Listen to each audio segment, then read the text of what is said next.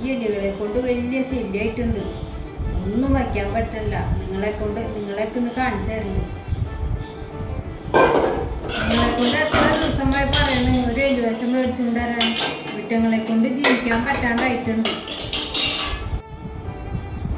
നീ ബേപ്പൂർ സുൽത്താന്റെ ഭൂമിയുടെ അവകാശങ്ങൾ വായിച്ചിട്ടില്ലേ?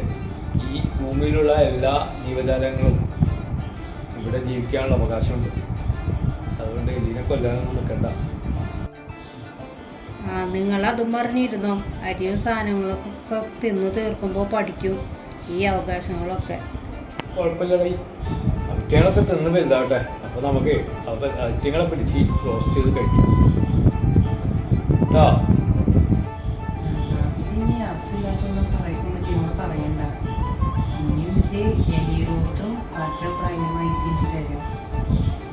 അത് ശരിയാണല്ലോ. നീ ഒരു പണി ആ അബ്ബാസ്കാട് കടയിൽ പോയിട്ട് എലിവിഷം മേടിച്ചത് കൊടുക്കും. അല്ലെങ്കിൽ ഈ പറഞ്ഞ പാറ്റ് ഫ്രീയും എലി റോസ്റ്റൊക്കെ കഴിച്ചിട്ടിരുന്നു പോയിട്ടോ. ബാപ്പയ്ക്ക് ഏത് നൂറ്റാണ്ടിലാണ് ജീവിക്കണത്?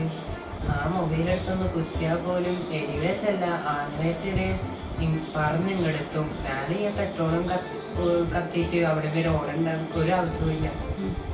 അല്ലെങ്കിൽ നീ ഒരു കുഴിമടിയനായിട്ടുണ്ട്. ഒന്നും പറഞ്ഞാൽ കേൾക്കണ്ടടാ. ശരി, ഞാൻ വിളിച്ചു പറഞ്ഞോണ്ട്.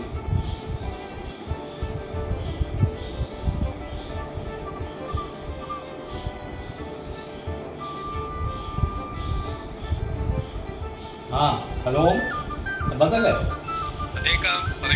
അബ്ബാസ്, കടയിൽ എലിവിഷം ഉണ്ടോ?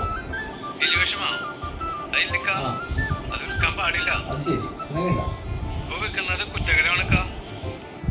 അങ്ങനെ ഒരു നിയമമുണ്ടോ? എലിവിഷൻ കഴിച്ച ആളുകൾ ആത്മഹത്യ ചെയ്തതുകൊണ്ട് ഇപ്പോൾ എലിവിഷൻ ലഭിക്കുവാൻ സർക്കാരിന് അപേക്ഷ നൽകണം. നമ്മുടെ സർക്കാരുകളുടെ ഒരു കാര്യം ഈ അടുത്ത കാലത്തായിട്ട് ആത്മഹത്യ ചെയ്ത കർഷകരുടെ കണക്ക് തന്നെ ലക്ഷങ്ങൾ കടന്നതാണ് വായിച്ചത്. ഒരു ദീർഘവീക്ഷമില്ലാത്ത ഉത്തരവുകളൊക്കെ ഇതിലൊന്നും എലിവിഷം കഴിച്ചിട്ടൊന്നല്ല ആത്മഹത്യ ചെയ്തത്. അതൊന്നല്ല കാര്യം. എലിവിഷം വിൽപ്പനയിൽ കാര്യമായിട്ടൊന്നും തടയുന്നതല്ല. എലിയെ കൊല്ലണമെങ്കിൽ സർക്കാരിന് അപേക്ഷ കൊടുക്കണം. ഒരു പേ പിടിച്ച പട്ടിയെ കൊല്ലണമെങ്കിലോ കോടതി ഉത്തരവ് കാത്തു നിൽക്കുകയാണ്. എന്നാൽ ഒരു മനുഷ്യനെ കൊല്ലാനോ ഇതൊന്നും വേണ്ട. സഹജീവിയെ നടു റോട്ടിലിട്ട് വെട്ടി നുറുക്കുന്നതിന് പോലും യാതൊരു മടിയുമില്ലാത്ത കാലഘട്ടത്തിലൂടെയാണ് നാം കടന്നുപോയി. നമ്മൾ എങ്ങോട്ടാണ് ഈ യാത്ര? ചിന്തിക്കേണ്ടിയിരിക്കുന്നു, മാറേണ്ടിയിരിക്കുന്നു.